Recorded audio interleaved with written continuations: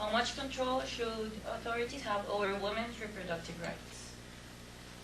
Because there are many economic problems about that. Because, for example, you can find a job and your job is less paid because the big account of people that is in China. So it is important to have birth control, but not so harsh, because it is really difficult to have an abortion, even though you have you have great tools for having it there in China, and for example in Japan you have it too. So I don't know.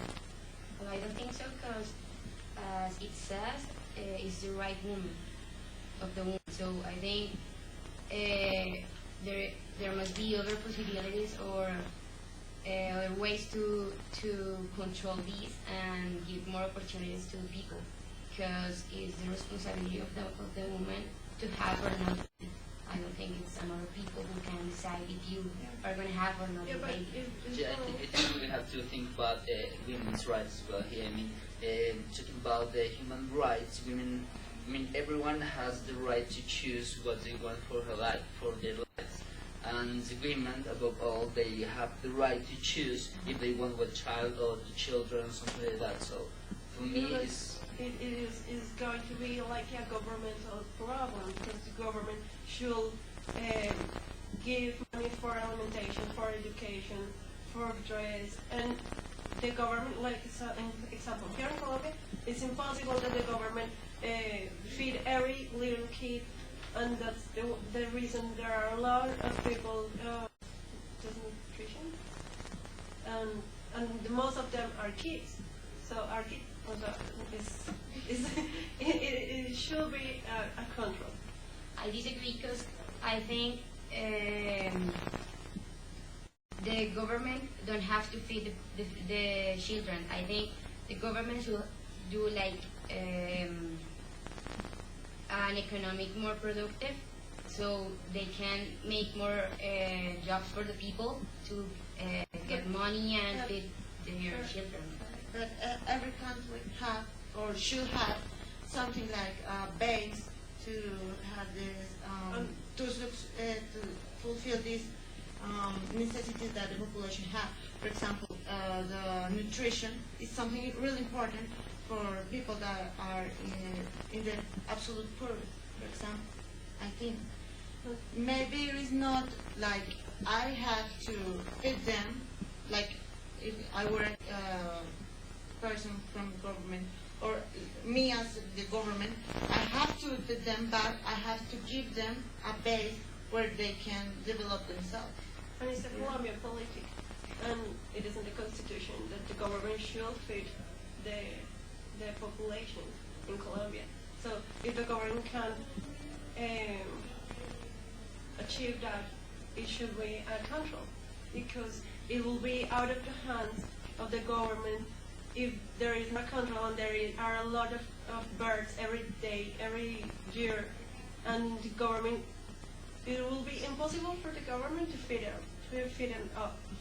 But I think that it's more, I know that it's really important to analyze the economic consequences that it would have, but it's also more of a cultural thing more than anything. Because most of the people, you don't have to just control them harshly. Maybe you can just tell them how they can prevent getting pregnant, because that's one of the biggest problems, because women are getting pregnant and they don't want, and they weren't looking for that child. So maybe if they extend education programs that explain to them that there are alternatives, condom, preservative, condoms, birth control pills, there's injections, a ton of stuff, and they can have access, that it won't be really expensive, and it's money that the government might have to spend on giving them those alternatives, but it's money that they're going to save by not having to feed more people, giving them more insurance, home, or whatever. I think the same, but I think additional, as you said, I think the matter is in education, sexual education, not just a birth control, because it's like you're not going to attack the problem in root, but the root of the problem is the education, the sexual education, how women can control these problems or get pregnant without knowing or without wanting that. So I think it is a problem of education. Maria Del Pina, what do you think about that? Well, I think the same. I think it's more of an education problem because I think in Colombia, for example, there are so many girls that who don't know about pills or condoms or control birth control. Sometimes they know, but they can't hide. No, because I don't think so. Or maybe they don't have enough money to buy them. but So it I is not expensive. It is not expensive But at all. for you, for example, but what about pills? But for example, here in Colombia, in Pro Familia, you have the choice to go there And and it's free. yeah. The condoms are free, but there are other methods that are kind But of condom more- is the most is the most effective. The most It's like effective. the- They said so. No. No, I don't think so. Injection. No, of course, Oh, but when you're talking about cost, the condom is the better. Okay, And yeah, the cheap. that's Ivan, what do you think about the cost of condoms versus the other effects of prevention?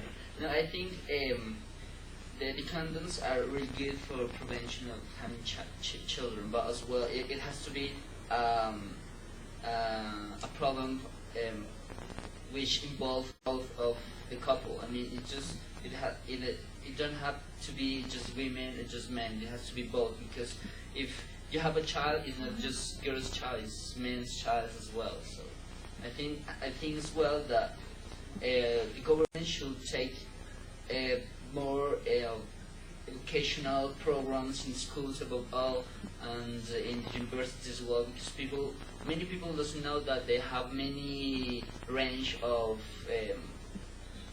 choosing of things, of alternatives. I think it's not only about getting pregnant, it's also about illness. I think like all these sickness you can get if you have sex without prevention or so many people different. Well, that would be an additional problem, because if you get pregnant and you And you get have a illness, baby. yeah, it will be like a Yes. little baby. It's just that the topic of sexual relationships are involve several problems, not just birth control, the sickness that you can have.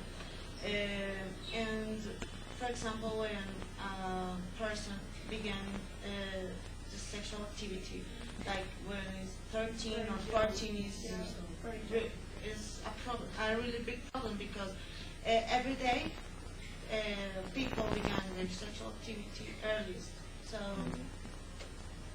I think there is a problem. It's a globalization, one of the globalization problems. And it includes like publicity, TV, movies, everything, like sex in every media, in every book, and everything. I think the only control authorities should have over it is like to teach the people how to act to deal with this topic. Sometimes for me the problem is not that people begin their sexual life so early. The problem is how do they take care about it. But if you're 14 and you're not gonna think that it is important to have a method for That's the point where birth the control. government has to be there and try to teach them how to If you- take care. But sometimes you are not rational when you are 13 or 14. You remember it when you have 14, you're like, I have my organs and that's all. But maybe the government shouldn't overlook the fact that people are getting sexually active earlier. Maybe they shouldn't just focus their sexual education programs to kids in high school that are in 10 or 11th grade, maybe younger, not to encourage them to have sex, but if they're going to have sex, they're going to have safe sex, and they could have the option to either have a children or don't have it. So, like, maybe to wrap it up or to put it a bit, like, I think that the type of control that the government should have over reproduction shouldn't be restrictions, shouldn't be like 1 children per family. Here in Colombia, China is a different example, but here in Colombia it shouldn't be a restriction. It should be more of increasing the awareness of sexual transmitted diseases and also of pregnancy and how to control it, how to be sexually responsible. And that education could be taking your idea, for example, it has to be different from all ages. I mean, you have to talk to children in a different way to talk to adults. Yeah, finally, it's a matter of education. Well, we have at the beginning of the conversation.